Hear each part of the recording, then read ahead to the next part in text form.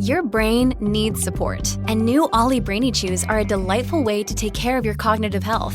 Made with scientifically backed ingredients like Thai ginger, L-theanine, and caffeine, Brainy Chews support healthy brain function and help you find your focus, stay chill, or get energized. Be kind to your mind and get these nootropic chews at ollie.com. That's OLLY.com. These statements have not been evaluated by the Food and Drug Administration. This product is not intended to diagnose, treat, cure, or prevent any disease. Today on CityCast Philly, we're back with another midweek roundup. We're talking about a plan to put a pool and a beach along the Schuylkill River and why city council members grilled Mayor Parker's school board nominees on Friday.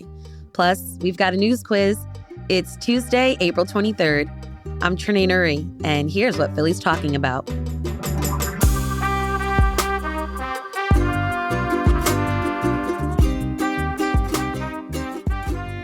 Joining me this week is Abby Fritz, CityCast Philly's producer. Hey, Abby.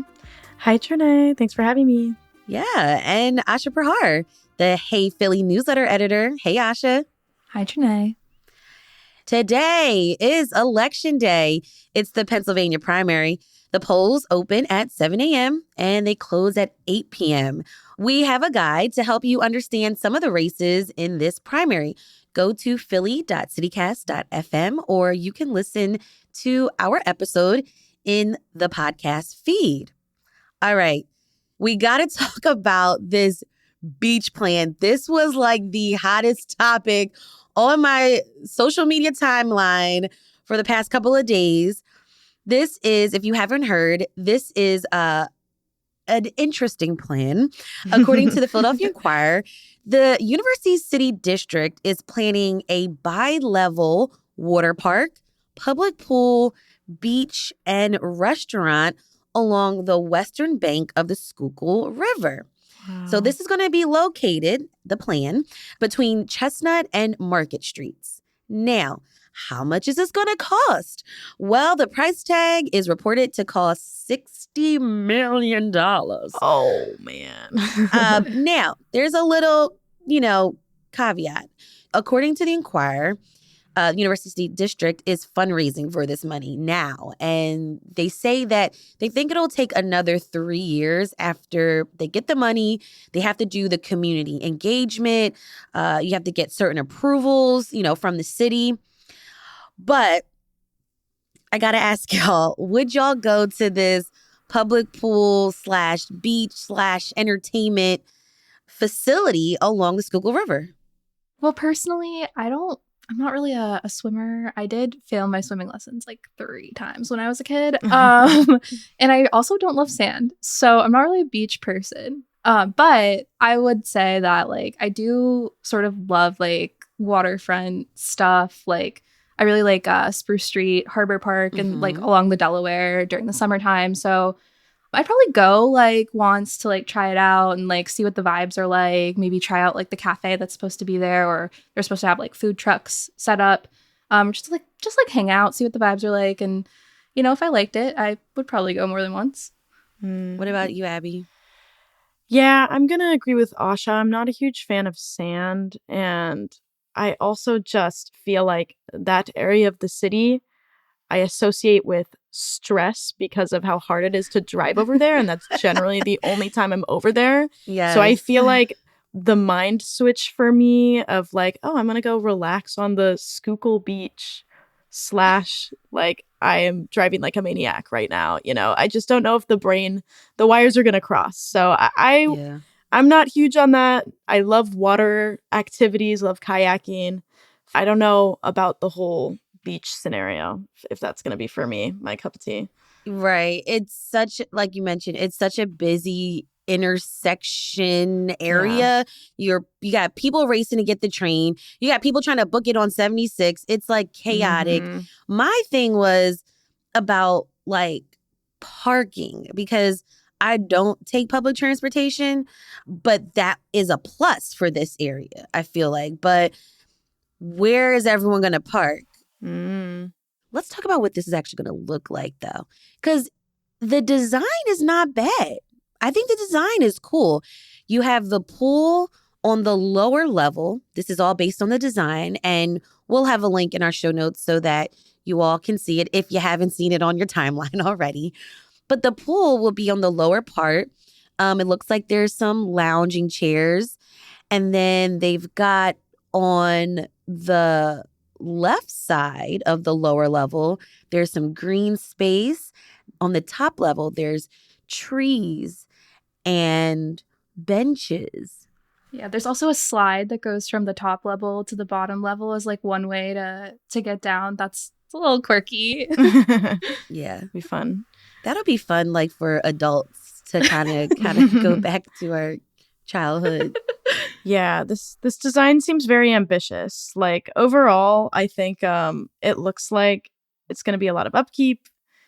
It looks like the sand is going to be messy. Like I'm very curious. I've never seen in person like this kind of setup of a fake beach with like a little pool over an actual like body of water. An elevated beach.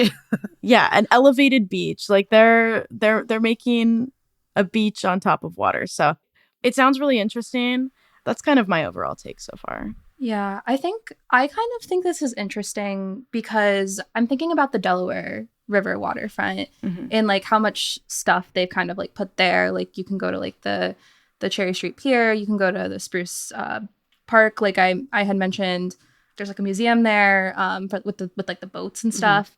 There's like the Washington Pier Park. I feel like, and like there are like some parks along the Schuylkill as well, and obviously there's like the art museum. But like the Schuylkill River Trail is like this whole long thing. So I think it's kind of cool that you can like walk the trail and then get off and like go to the beach. I feel like it could be pretty accessible to people who are like taking a walk on the trail or people who are biking.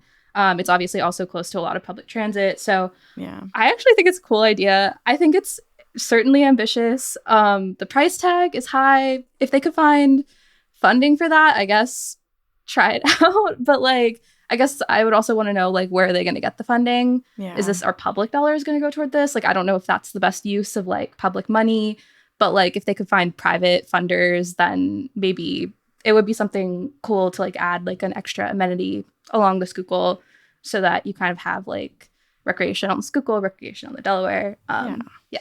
Asha, you actually shared this plan with our Hey Philly readers. What were their thoughts on this plan, on this project? Yeah, so I got a couple of responses, and I would say the feedback was kind of mixed. So one reader, Jennifer C., said that they don't think that this is a very smart use, considering that it's something that only appeals about 3 months of the year. True. Jennifer wrote, Philly can't even open all their current public pools, let alone a new one. The money should be going to schools and public safety. This is wasteful spending. So that's one thought. This wouldn't be run by the same people who run the public pools. That would be Parks and Rec, and this is a University City District project. But, like lifeguards are lifeguards. If one organization can't find lifeguards, will another organization be able to find lifeguards? It's an interesting question, for sure. Yeah. And another reader, William W., seemed to like the idea more.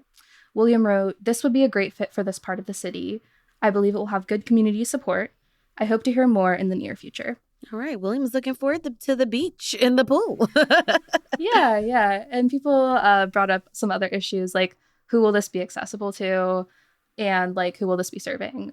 So I think there are some interesting thoughts on this. It seems that there are there's lots to talk about, and I'm sure every update will be getting lots of commentary and lots of feedback from, the people of Philadelphia. More news of the week after the break.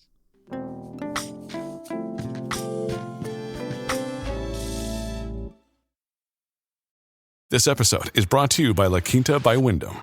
Your work can take you all over the place, like Texas. You've never been, but it's going to be great because you're staying at La Quinta by Wyndham. Their free Bright Side breakfast will give you energy for the day ahead. And after, you can unwind using their free high-speed Wi-Fi. Tonight, La Quinta. Tomorrow, you shine. Book your stay today at lq.com. This episode is brought to you by ShipStation. If you run an e-commerce business, you know how much work it takes to produce something great while dealing with complicated shipping issues.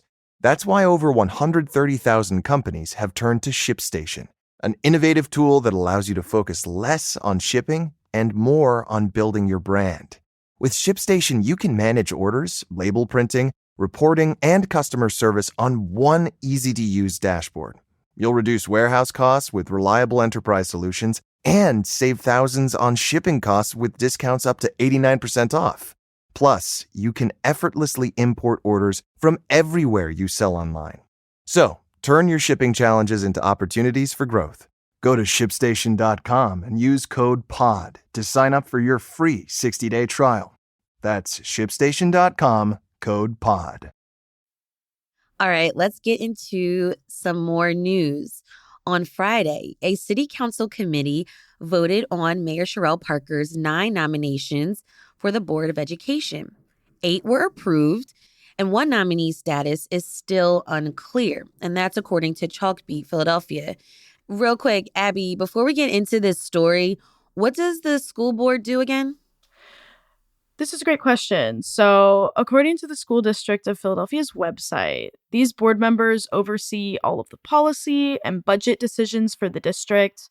And this is going to be important later, so remember this. They also are the only people that can authorize charter schools in the city. So, as you mentioned, 8 nominees were approved last Friday, but 1, it's kind of up in the air what's going to happen there. There's going to be a full council vote this Thursday, but as of right now, current board president Reginald Streeter, Crystal Cubbage, Cheryl Harper, Whitney Jones, Wanda Novales, Joan Stern, Sarah Ashley Andrews, and Chow Wing Lam were all approved. But they decided to not vote on Joyce Wilkerson, kind of leaving her status up in the air. She still could get approved, but she might not. And this isn't super common, right? We had Dale Mezzacappa, senior reporter of Chalkbeat. She's been on the show before to talk about the nominees on a Friday News Roundup. And she mentioned that generally, once the mayor chooses the nominees, they usually get approved. Yeah, that's my understanding as well. Even though there were some hints that this could happen, at the end of last week, before the vote, there were kind of whisperings that it might not go as planned. I read an article from the Inquirer back on Friday that detailed some of the opposition to both Reginald Streeter and Joyce Wilkerson, specifically because of some of their decisions surrounding charter schools, and in particular, Black-led charter schools. The article mentioned that their opposition organized a letter-writing campaign to council, getting members of the public to email them that these nominees have a history of, quote, non-renewing successful charter schools and denying charter applications, among some other issues that they had.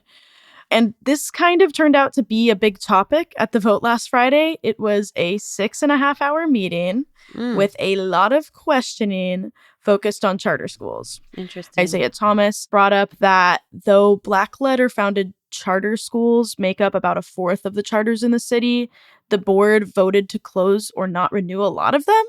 And in the article I read, Chalkbeat mentioned between 2010 and 2021, about 61% of charter schools closed or not renewed were Black-led. So council also mentioned other issues during this meeting, like school building conditions, a missing school facility plan, and some issues with the lottery-based special admissions policy. And then after this really long and what's been described as an intense hearing, the school board nominees all kind of said that they wanted to stick together and that they should all be approved together. Streeter said, "We have unfinished business." And that's according to Chalkbeat Philadelphia again. So we'll see what happens. It's kind of up in the air. We've got to keep our eye out on Thursday. And according to Thomas, it's kind of unclear if the issue will get resolved then and if they'll make the May 1st deadline to get these 9 nominees approved. And, it just was kind of not super expected for this to happen. But, here we are. Right. More drama. Thanks, Abby. All right. And our final segment, this is fun. We're going to do a news quiz. Asha will read us the questions and Abby and I are going to try to guess it. The questions do increase in difficulty as we go. So Here we go. Right? You guys ready? Okay. Lay it on me. Okay, cool. So my first question for you guys is, which Philly drag queen was honored at a city council meeting last week? Saphira Crystal. Yep. Yep, that's right. Yes. She is a beloved Philly drag queen and was recently on the most recent season of RuPaul's Drag Race. Oh, Drag Race spoilers. She had a very big L last week on Friday. She did not win. She did make it to the grand finale, though, which is awesome. She had a great showing this year, but RuPaul should not step foot in Philadelphia right now. You're not welcome. We are grieving. But we honored her at City Hall, so. We did. Yeah. So consolation prize. Right. Yeah. And it was an exciting run for the city, definitely, because it was the first time that a drag queen from Philly was on the show. So there you go. All right. So question number 2. This one is sports related. Recently retired Eagles center Jason Kelce said on his podcast last week that he lost his Super Bowl ring in a kiddie pool filled with chili. So my question for you is, in what city did that incident happen? Ooh. In what city? Cincinnati? You got it, Trenae. Woo! Nice. Yes. It was at a University of Cincinnati event. I don't know. He lost his ring in a pool of chili. I don't know what else there is to say about it. It was Skyline chili, I guess. Wait, did they find it? No, he did not find it. Wow. At least if he did, it hasn't hit the headlines yet. So yeah, it's kind of gotta be it's gone. It's somewhere, but I don't know. Mm. Maybe it's in a landfill somewhere. Maybe someone ate it. Ate it, right? I'm like, ooh. Those rings are big. You can't miss the Super Bowl rings. All right. So question number 3. So this one's like, I guess it's like not news, but it was like in an article that came out last week, which I thought was pretty interesting. So Philly Mag actually published this article last week that sort of runs down how much money a whole bunch of different Philadelphians earn every year, which I thought was super interesting. But my question for you is, I'm going to list 3 people, and I want you to guess which of them has the highest annual salary. Okay. Okay. So the 3 people are, number 1 is Free Library President and Director Kelly Richards. Okay. Number 2 is the Philadelphia Parking Authority Executive Director Rich Laser. And number 3 is District Attorney Larry Krasner. Oh, wow. And so the question once again is, who has the highest annual salary of those 3 people? Because now I'm thinking, okay, libraries, PPA, and the DA. Yes. I'm going to guess. I have no actual reason why, but I feel like it's Rich Laser for some reason. I feel that way too. Mm-hmm. Then I'm like, okay, could be Krasner. But then it's like, Abby, like you're saying, those parking tickets are... That's what I mean. I've given him quite a bit of money. I am going to say Krasner just so we can get a different answer. Okay, so I think your first instinct actually to say Rich Laser was the right one. So it is PPA Executive Director Rich Laser. It's in his name, you know? Yeah. His annual salary is, according to Philly Mag, $238,081. Wow. All right. See you guys later. I'm going to apply for another job. So the library director, Kelly Richards, he makes $223,871. So he's the second most of the 3. And then DA Larry Krasner actually makes the least of the 3, but he still makes $211,495. So these are all people who are making a lot of money.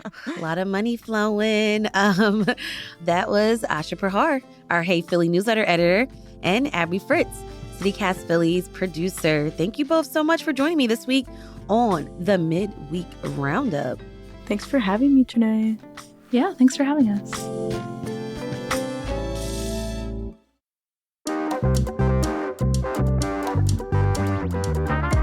That's all for today here on CityCast Philly. If you enjoyed this midweek roundup, share this with a friend. Rate the show, leave us a review, and hit that subscribe button. Be sure to sign up for our morning newsletter, Hey Philly, to learn more about what else Philly's talking about. We'll be back tomorrow morning with more news from around the city. Bye.